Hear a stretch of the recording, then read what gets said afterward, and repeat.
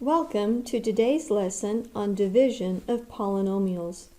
Let's begin by looking at number 5. X plus 4 in this example is our divisor. And let's change this trinomial to be x squared minus 3x minus 28. When we divide, we focus on the x variable.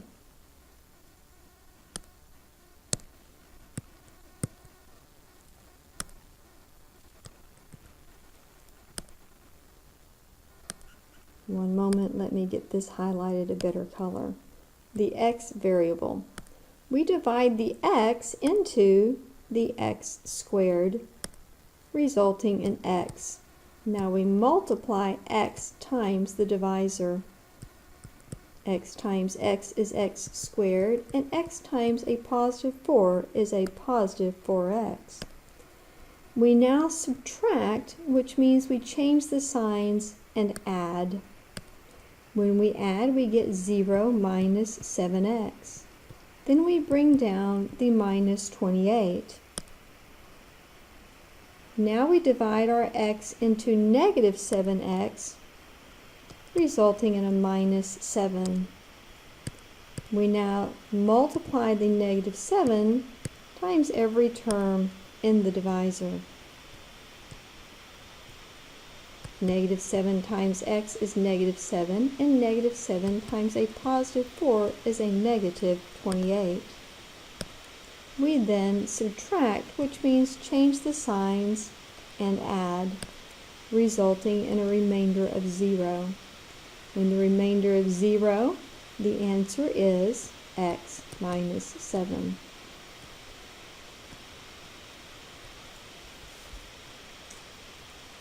Now let's look at number 5 in topic 2. We are asked to factor. Again, I'm going to change this so it's a negative 28. When we factor a trinomial, it will factor into two binomials, and we build a table placing the negative 28 and the middle coefficient of the negative 3 in the table. We then list all factors of a negative 28.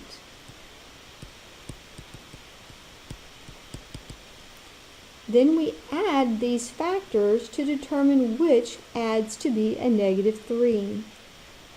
4 plus negative 7 is the combination. It is a positive 4, so we write plus 4, and a negative 7, so we write minus 7. This is the factored form of our trinomial. Let's move to the next page.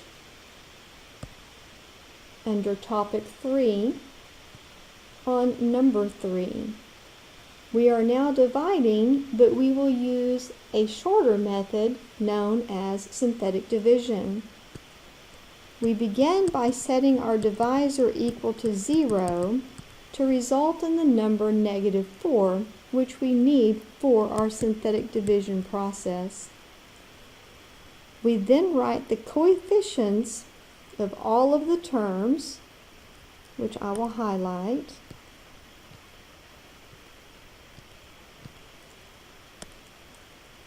as a 1, 4, 2, 9, and 4. We drop the first number. Now the process is to multiply and then add.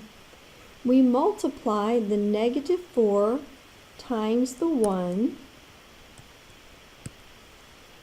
resulting in a negative 4. Then we add the numbers in the column. 4 plus negative 4 is 0. Now we multiply again. Negative 4 times 0, which is 0, and then add. Multiply again, and then add. Multiply again,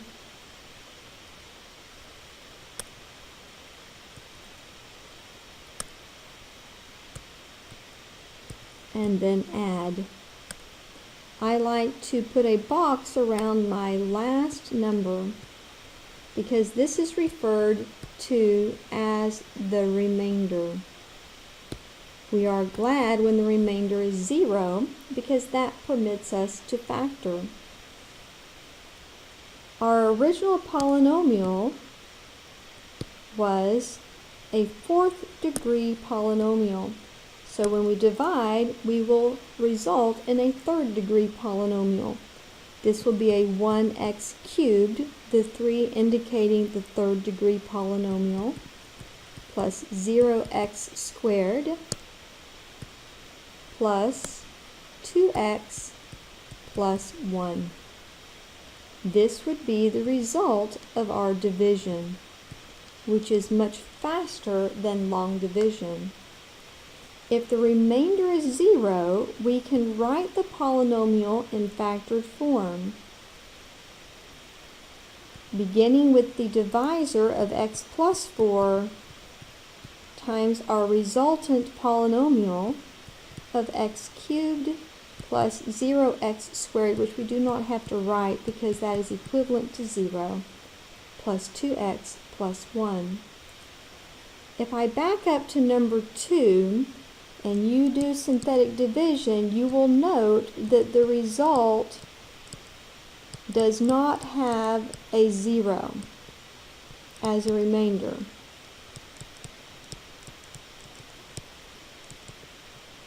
If the remainder is not 0, then you cannot factor. That is why number 2 cannot be factored. Let's move down into topic 4 and practice synthetic division on number 7. Here it asks for a function value f of 3. But we can use synthetic division to do this by placing the 3 in the half box and then listing all of the coefficients of the polynomial, making sure to include the negative where there is subtraction. We drop the first number, then we multiply and add.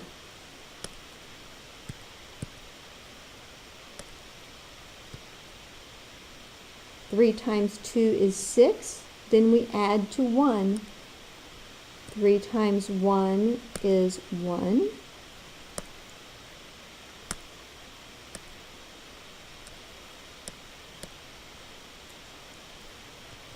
Which then adds to be a negative 3. 3 times negative 3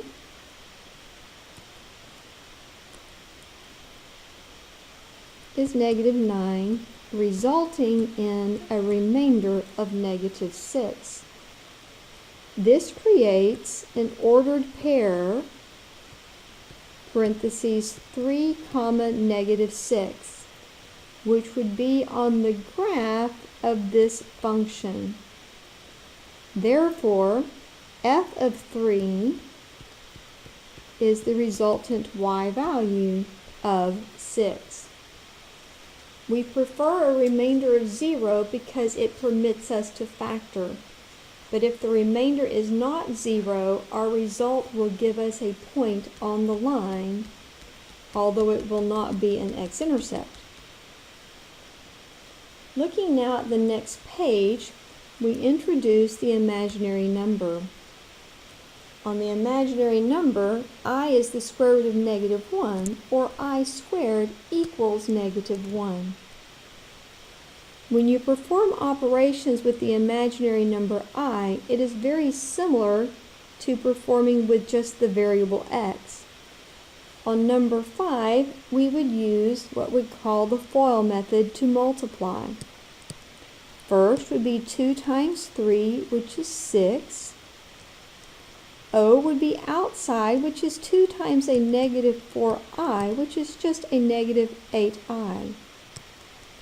I would be inside, which is a 5i times 3, which is a 15i. And last would be a positive 5i times a negative 4i, which is a negative 20i squared. This results in a 6 And then the negative 8i plus 15i would be a positive 7i minus 20i squared. However, I squared equals negative 1. Therefore, we have 6 plus 7i plus 20, which ultimately is 26 plus 7i. Let's move down to a connection to college algebra at number 2. And the question is to write the polynomial in factored form, given that negative 5 is a 0. If negative 5 is a 0, then if we place the negative 5 into synthetic division, the remainder will be 0.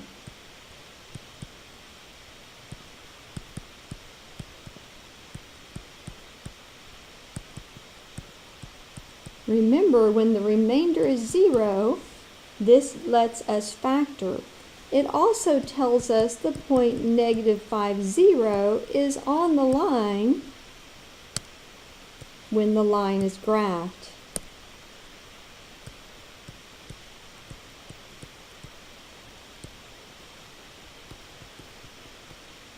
So now we have a point, which is also an x-intercept, and we can also factor.